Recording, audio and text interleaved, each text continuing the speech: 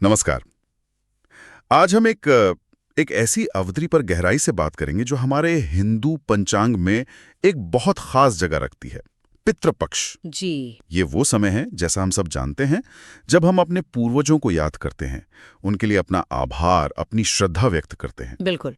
और इसे सिर्फ पितृपक्ष ही नहीं, कई लोग इसे श्राद्ध पक्ष या फिर महालय पक्ष भी कहते हैं। ये लगभग 15-16 दिन का समय होता है। अच्छा। और इस दौरान, जैसा आपने कहा, मुख्य रूप से पूर्वजों की आत्मा की शांति के लिए, उनका आशीर्वाद पाने के लिए श्राद्ध है, तर्पण है, पिंडदान है, ये सब कर्म किए जाते हैं। हमारे पास जो जानकारी है वो इसके मतलब पर, इसके पीछे के धार्मिक और यहाँ तक कि मनोवैज्ञानिक कारणों पर, इसमें कौन कौन से मुख्य कर्म होते हैं, और 2025 में इसकी तिथियां क्या हो सकती हैं, और जो आम मान्यताएं हैं उन सब पर काफी विस्तार से बात करती है। तो आज का हमारा मकसद यही है कि इस पूरी परंपरा को, मतलब इसकी तह तक जाएं, समझे कि आखिर ये क्यों मनाई जाती है, इसके पीछे की सोच क्या है, कैसे मनाई जाती है, तरीके क्या हैं, और शायद सबसे जरूरी सवाल आज के इस भागदौड़ वाले जीवन में, इसके मायने क्या हैं, क्या ये आज भी प्रासंगिक है?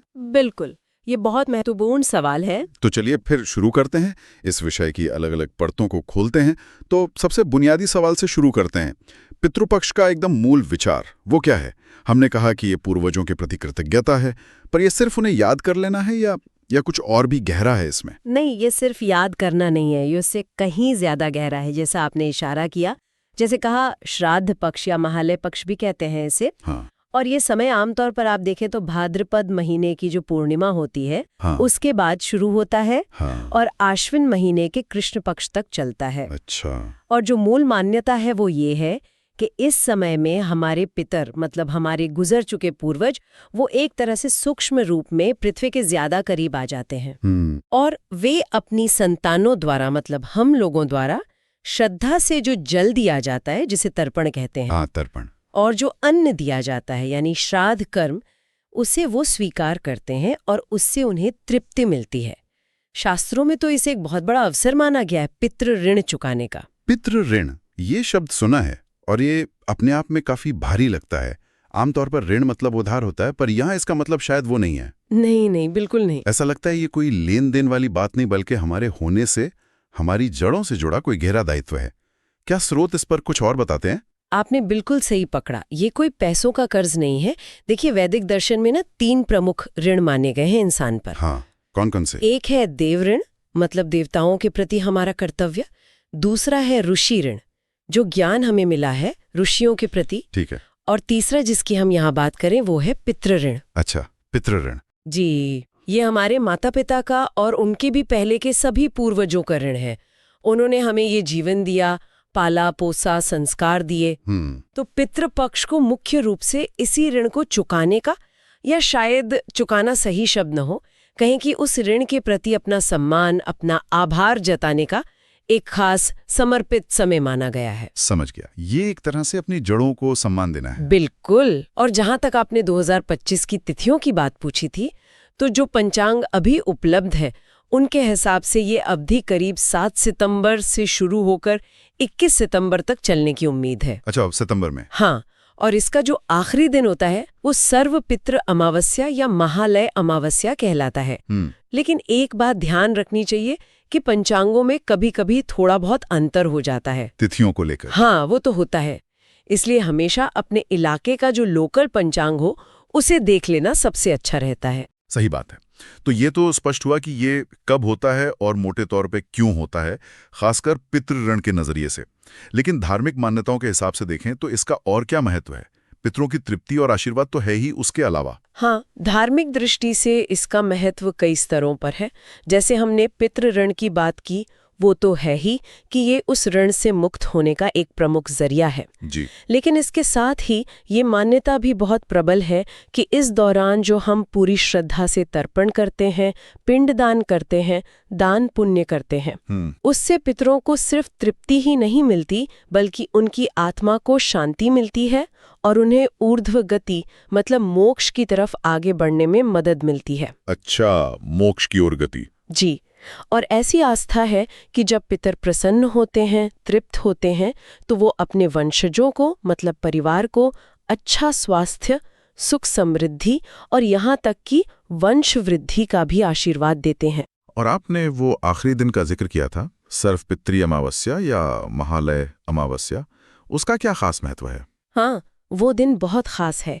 महालय अमावस्या, जिसे सर्वपितृ अमावस्या भी कहते हैं, वो उन सभी पितरों को समर्पित है जिनकी मृत्यु की तिथि हमें ठीक ठीक याद नहीं है। हाँ, कई बार ऐसा होता है। या मान लीजिए किसी कारण से उनके श्राद्ध उनकी तय तिथि पर नहीं हो पाया, तो उस दिन यानी अमावस्या को उन सभी ज्ञात और अज्ञात पितरों का एक साथ स्मरण किया जाता है और उनके लिए दान पुण्य किया जाता है। अच्छा, सबके लिए एक तरह से? हाँ बिल्कुल। और इससे पितृपक्ष के समापन और अगले दिन से जो देवी पक्ष यानी नवरात्रि शुरू होती है, उसके बीच का एक आध्यात्मिक पड़ाव या एक पुल जैसा भी मानते हैं। ये धार्मिक मान्यताएं तो बहुत गहरी हैं, पितरों की शांति, ऋण मुक्ति, लेकिन हमारे स्रोतों में इसका एक दूसरा पहलू भी उभरता है ना? एक मानवीय पक्ष। हाँ बिल्कुल। ऐसा लगता है कि ये जो रस्में हैं, ये सिर्फ गुजर चुकी आत्माओं के लिए नहीं है, बल्कि हम जो जीवित हैं, हमारी भावनाओं को, हमारे मनोविज्ञान को भी कहीं ना कहीं संभालती हैं। क्या ये सही है? आपने बिल्कुल सही समझा। और ये पहलू मेरे ख्याल से आज के समय में बहुत ज्यादा महत्वपूर्ण हो गया है।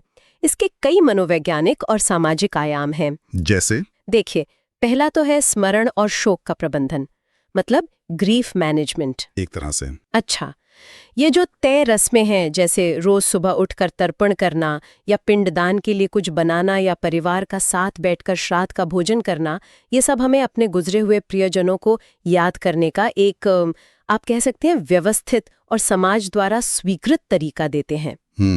जब कोई चला जाता है तो दुख होता है।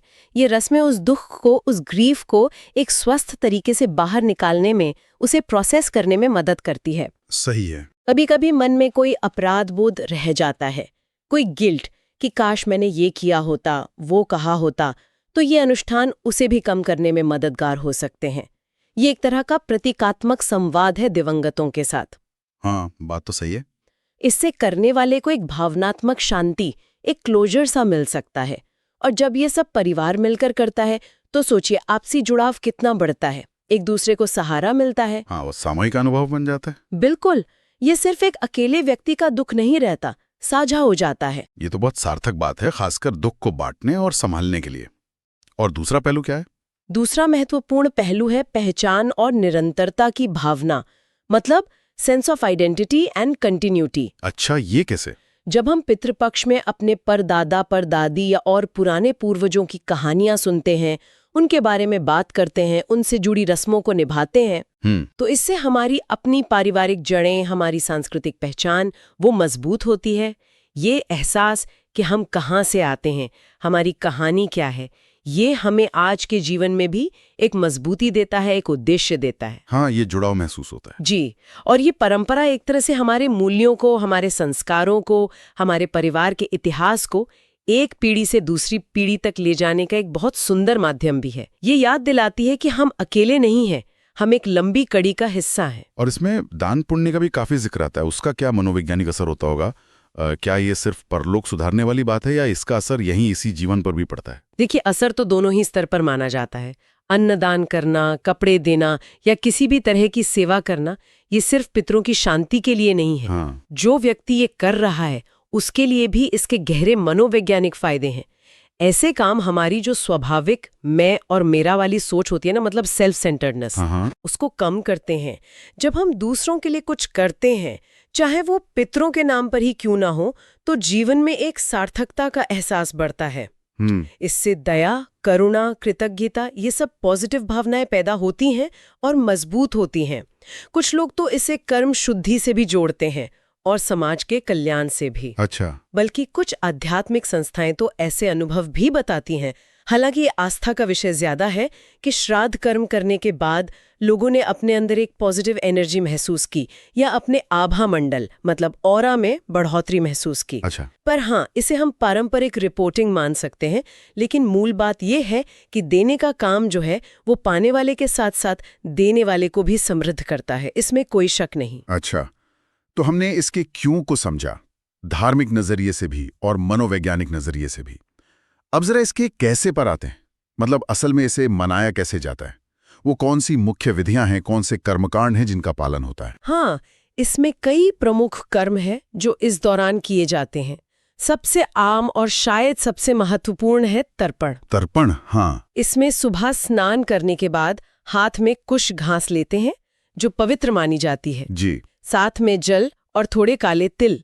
फिर अपने पितरों का नाम और गोत्र बोलकर उन्हें वो जल अर्पित किया जाता है। रोज करते हैं इसे? इसे रोजाना भी कर सकते हैं पूरे पितृपक्ष में, या फिर कम से कम उस पूर्वज की पुण्यतिथि वाले दिन तो जरूर करते हैं। और इसके लिए कहीं बाहर जाने की जरूरत नहीं, घर पर भी शुद्धता से कर सकते हैं। ठीक है। और पिंडदान, इसका नाम तो बहुत सुनने में आता है, खासकर गया जी के संदर्भ में। ये क्या होता है? हाँ, पिंडदान भी एक बहुत महत्वपूर्ण कर्म है।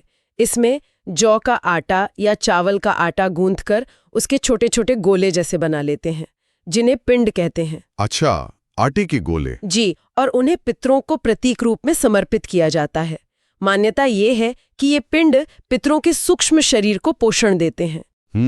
तीर्थ स्थान जैसे गया जी हैं, काशी यानी वाराणसी है, प्रयागराज है, बद्रीनाथ है, इन जगहों पर पिंडदान का बहुत विशेष महत्व माना गया है। हाँ, सुना है गया जी के बारे में तो बहुत। जी, लेकिन अगर कोई इन जगहों पर नहीं जा सकता तो निराश होने की बात नहीं है। घर पर ही किसी साफ सुथरी जगह पर पूरे विधि विधान और सच्चे मन से संकल्प लेकर ये कर्म किया जा सकता है। श्रद्धा और भाव सबसे ऊपर है। बिल्कुल। और भोजन का भी आपने जिक्र किया था, श्राद्ध भोजन, वो आम खाने से अलग होता है। हाँ, उसे श्राद्ध भोजन कहते हैं। इस दिन जोर सात्विक भोजन पर रहता है। सात्विक मतलब शुद्ध, बिना तामसिक चीजों के। जैसे खीर जरूर बनती है कई घरों में, पूरी, कोई मौसमी सब्जी, दाल, इस तरह का खाना। आमतौर पर प्याज लहसुन का इस्तेमाल नहीं करते। अच्छा। खाना बनने के बाद सबसे पहले उसका एक हिस्सा पितरों के नाम से निकाला जाता है। उसे या तो अग्नि को भोग लगाते हैं या फिर कौवे, कुत्ते या गाय को देते हैं। इन्हें पितरों का संदेशवाहक या प्रतीक माना जाता है। उसके बाद या तो ब्राह्मणों को घर बुलाकर आदर से भोजन कराते हैं, या फिर किसी जरूरतमंद व्यक्ति या परिवार को भोजन कराते हैं, और साथ में अपनी क्षमता के अनुसार कपड़े, अनाज और कुछ दक्षिणा भी देते हैं। दान दक्षिणा भी जरूरी है। जी। और इसी से जुड़ी एक और परंपरा है पंचबली की। पंचबली वो क्या है? इसमें भोजन का थोड़ा थोड़ा हिस्सा 5 तरह के जीवों के लिए निकाला जाता है। गौ यानी गाय, श्वान यानी कुत्ता, काक यानी कौवा, पिपीलिका यानी चींटी, और देवादी यानी देवता, अतिथि या कोई भी जरूरतमंद। अच्छा, 5 जीवों के लिए। हाँ, ये दिखाता है कि हम सिर्फ अपने लिए नहीं बल्कि सृष्टि के अन्य जीवों के प्रति भी जिम्मेदार हैं, उनके पोषण का भी ध्यान रखते हैं। एक तरह की कृतज्ञता है ये सबके प्रति। ये तो बहुत सुंदर विचार है। अच्छा, आपने पहले तिथियों की बात की थी। क्या श्राद्ध किसी भी दिन कर सकते हैं या वो तिथि का ध्यान रखना बहुत जरूरी है? तिथि का ध्यान रखना काफी महत्वपूर्ण माना जाता है। नियम तो यही है कि जिस पूर्वज का निधन मतलब देहांत हिंदू कैलेंडर की जिस चंद्र तिथि को हुआ हो, हाँ, पितृपक्ष में उसी सेम तिथि पर उनके लिए श्राद्ध करना, तर्पण करना, दान करना, ये सबसे सही और फलदायी माना जाता है। जैसे अगर किसी का निधन पंचमी को हुआ, हाँ, तो पितृपक्ष की पंचमी को उनका श्राद्ध होगा। बिल्कुल बिल्कुल। अगर पंचमी को देहांत हुआ तो श्राद्ध भी पितृपक्ष की पंचमी तिथि को ही किया जाएगा। और मान लीजिए किसी को अपने पूर्वज की मृत्यु की तिथि पता ही ना हो, तो आजकल ये हो सकता है, या कोई और खास परिस्थिति हो? हाँ, ये भी होता है, और इसके लिए भी उपाय है। अगर किसी को अपने पूर्वज की मृत्यु की सही तिथि नहीं मालूम है तो वो सर्व पितृ अमावस्या के दिन, जो पितृपक्ष का आखिरी दिन होता है, हाँ, वो आखिरी दिन, उस दिन उन सभी भुने बिसरे पितरों के लिए श्राद्ध कर सकते हैं। वो दिन सबके लिए माना गया है। अच्छा, ये तो बहुत अच्छा प्रावधान है। जी, और इसके अलावा भी कुछ तिथियां खास है। जैसे अगर श्राद्ध की तिथि वाले दिन भरणी नक्षत्र पड़ जाए तो उसे महाभरणी श्राद्ध कहते हैं, उसका बहुत पुण्य मानते हैं। नवमी तिथि को मातृ नवमी कहते हैं। ये खास तौर पर माँ, दादी, नानी या परिवार की जो अन्य दिवंगत स्त्रियां हैं उनके श्राद्ध के लिए बहुत उत्तम मानी जाती है। मातृ नवमी माँ के लिए। हाँ, और चतुर्दशी तिथि वो उन लोगों के श्राद्ध के लिए है जिनकी अकाल मृत्यु हुई हो, जैसे कोई दुर्घटना में गुजरा हो या आत्महत्या हो या किसी हथियार से मृत्यु हुई हो। ओह अच्छा। तो इस तरह से तिथियों का भी अपना एक पूरा विज्ञान और विधान है। समझ गया। इन सब कर्म कांडों के अलावा ये जो पूरी अवधि है 15-16 दिन की, इस दौरान हमारा सामान्य व्यवहार, हमारा आचरण कैसा होना चाहिए? क्या कुछ खास चीजें हैं जिनसे बचना चाहिए? हाँ, बिल्कुल। इस पूरी अवधि में संयम और सात्विकता पर बहुत जोर दिया जाता है। संयम और सात्विकता। कर्म से अपनी इंद्रियों को थोड़ा काबू में रखें, मन में सेवा और श्रद्धा का भाव रखें। आमतौर पे लोग इस दौरान कोई नया या मांगलिक काम नहीं शुरू करते, जैसे शादी ब्याह, सगाई, बच्चे का मुंडन, गृह प्रवेश, कोई नया बिजनेस शुरू करना, ये सब टाल देते हैं। अच्छा, ये सब नहीं करते? हाँ, और खाने पीने में भी कुछ परहेज बताए गए हैं, जैसे मांसाहार तो बिल्कुल वर्जित मानते हैं। नॉन वेज नहीं? बिल्कुल नहीं। इसके अलावा प्याज, लहसुन, बैंगन, मसूर की दाल, ऐसी कुछ और चीजों से भी परहेज करने को कहा जाता है। अच्छा, प्याज लहसुन भी नहीं? हाँ, आम तौर पर नहीं। हालांकि देखिए, ये जो खाने पीने के नियम है ना, इनमें थोड़ी बहुत भिन्नता मिल सकती है। हर जगह की अपनी परंपरा होती है, परिवार की अपनी मान्यताएं होती हैं। हाँ, वो तो है। तो उसमें थोड़ा लचीलापन हो सकता है। ये एक सवाल जो अक्सर मन में आता है, खासकर आजकल, वो ये कि ये जो सारे कर्मकांड हैं, श्राद्ध, तर्पण, पिंडदान, इन्हें कर कौन सकता है? पारंपरिक रूप से तो शायद ये जिम्मेदारी घर के पुरुषों की मानी जाती थी। क्या हमारे स्रोत इस पर कुछ और कहते हैं? क्या इसमें आप कुछ बदलाव आया है? ये बहुत ही प्रासंगिक सवाल है आज के समय में। देखिए, ये बात सही है कि पारंपरिक व्यवस्था में परिवार के जो सबसे बड़े पुरुष सदस्य होते थे, जैसे बेटा या पोता, उन्हें ही श्राद्ध कर्म करने का मुख्य अधिकारी माना जाता था। हाँ, यही सुना है। लेकिन समय बदला है और शास्त्रों की व्याख्याएं भी ज्यादा उदार हुई हैं। तो अब ये समझ ज्यादा मजबूत हो रही है कि परिवार का कोई भी सदस्य, इसमें स्त्रियां भी शामिल हैं। अच्छा। हाँ, अगर वो योग्य है, मतलब शारीरिक और मानसिक रूप से सक्षम है, उसकी इच्छा है, उसे विधि विधान की थोड़ी जानकारी है, या वो किसी जानकार से मार्गदर्शन ले सकता है, और सबसे जरूरी, उसके मन में सच्ची श्रद्धा है, तो वो ये कर्म कर सकता है। मतलब बेटियां भी कर सकती हैं? बिल्कुल कर सकती हैं। कई जगहों पर बेटियां अपने माता पिता का श्राद्ध पूरी श्रद्धा से करती हैं, इसमें कोई रुकावट नहीं होनी चाहिए।